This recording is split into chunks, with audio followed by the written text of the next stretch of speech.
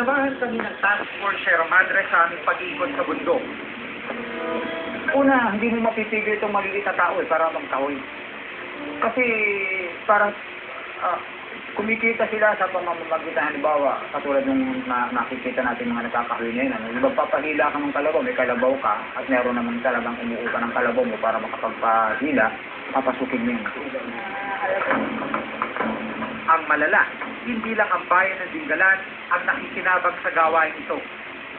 Talamak ang paglalabas ng kahoy mula sa kanilang bayan. Nakapagtataka na sa dami ng mga checkpoint sa lugar, malabo raw na hindi ito napapansin ng mga otoridad. Tuloy-tuloy ang paglalabas ng kotse sa Dingalan.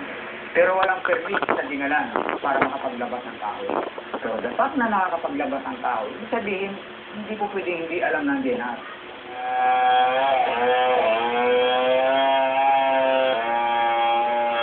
Isa sa mga pinakamalaking mga kahoy sa Dingalan, si Mang Romy. Hindi niya tunay na pangalan. Ayon sa kanya, mismo mga otoridad para nagbigay sa kanila ng permiso at payo sa pagtutroso. Hindi ko masabi sa iyo na diretsong illegal or legal kasi nga naikukuha ng papel ko sa DNR eh.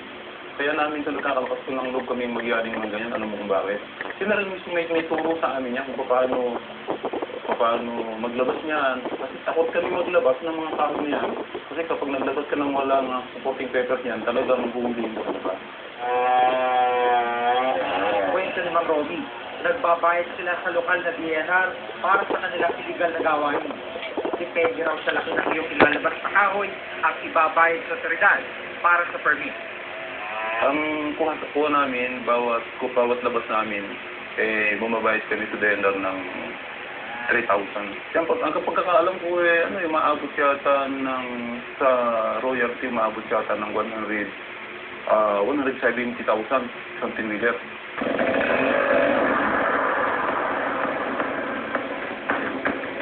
Pinuntahan namin ang DNR Centro ng Dingalan. Marin nilang pinabulaanan ang mga paratang laban sa kanila. Hindi po totoo yun. Hindi po totoo ma'am yun. Basta alam po namin na nanggaling po sa hindi po pwedeng pagputulan na lugar, lalong-lalo po yung watershed po rito sa Palpate, ay hindi po namin pinapayagan po yung ganon. Nabutan namin namamahinga matapos mag-uling ang grupo ni Mang Dome. Maging ang mga itinuturing na small time ng mga kahoy gaya niya, alam ang umanay kalakaran sa DNR. Kasi kung may sinasabing open kami na, katrabaho kami pagka-stop. Sino ba nasasabing open? Yung kung halimbawa sa yung mga nagbibili ng mga kapil, pagka ika-open ika-uling, yun, gumagawa kami. Nakasaad sa Revised Forestry Code ang pagbabawal ng anumang gawain sa kagubatan hanggat walang kaukulang dokumento. Ayon sa DNR Centro ng Dingalan Aurora, isang barangay lang sa kanilang bayan ang nabibigyan ng permiso mangahoy. Pero mga napuntahan namin lugar, walang kaukulang permit para magtroso. Whatever na meron po kami masuhan na wala pong papeles na nanggaling po sa illegal ay talaga po sinuhuli po namin. Ipinakita namin sa tanggapan ng DNR sa Manila ang mga nakunan sa Aurora. May imbestiga niyang umanay ganitong kalakaran sa Dingalan Aurora. Ginagamit na yung pangalan ng DNR. Pero hindi ko naman sinasabing lahat ng tao namin santo. Baka meron naman talagang nagluloko dyan. Pero once na makita namin na talagang nagluloko yan, may establish namin. So lagi nga nasabi ko, may imbestigahan namin. At kuya, totoong may connivan yung aming tao dyan.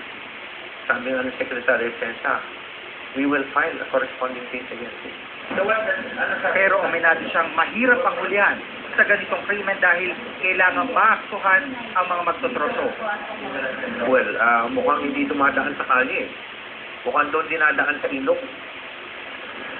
Now, that river must be what I think we need to police that river.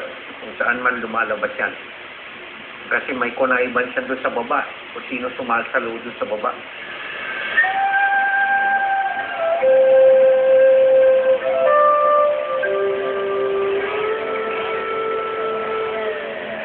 Sa pag-aaral ng Environmental Science for Social Change, Tinatayang 1 hanggang 3% ng kagubatan ng Sierra Madre ang nakakalbo taon-taon. Unti-unti itong nahuhubaran dahil sa pag-uuling, pagkakainin at pagtutroso.